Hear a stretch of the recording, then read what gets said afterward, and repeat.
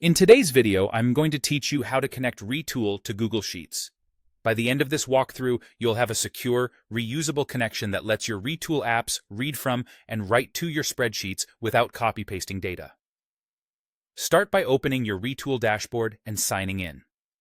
From the main workspace, look to the left sidebar and click Resources.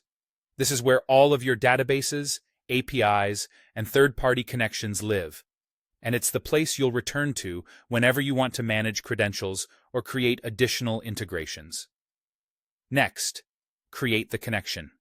Click Create New, then choose Resource. A catalog of resource types appears. Use the search box to find Google Sheets and select it. Picking the dedicated Google Sheets resource ensures Retool uses the proper API and authentication flow designed specifically for Sheets. Now configure the connection. You'll see a settings page for the new resource. Give it a clear, memorable name, like My Sheets, so teammates immediately know what it connects to. Under Authentication, follow the prompts to authorize Retool.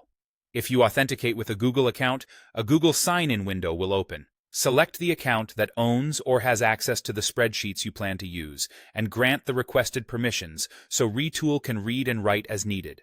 If your organization prefers a service account, choose that option and provide the credentials according to your company's policy.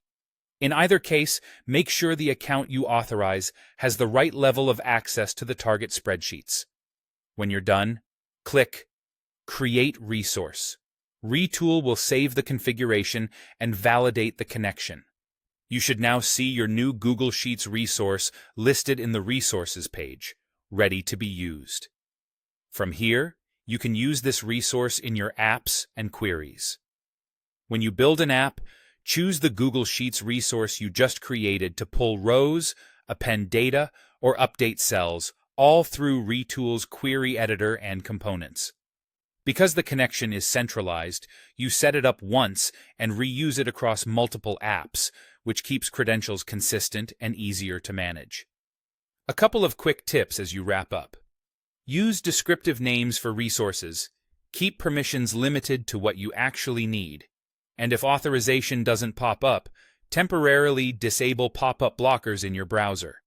In managed environments, your admin may need to approve scopes before the connection can be used, and that's it. You've connected Retool to Google Sheets and are ready to build fast, data-driven tools on top of your existing spreadsheets.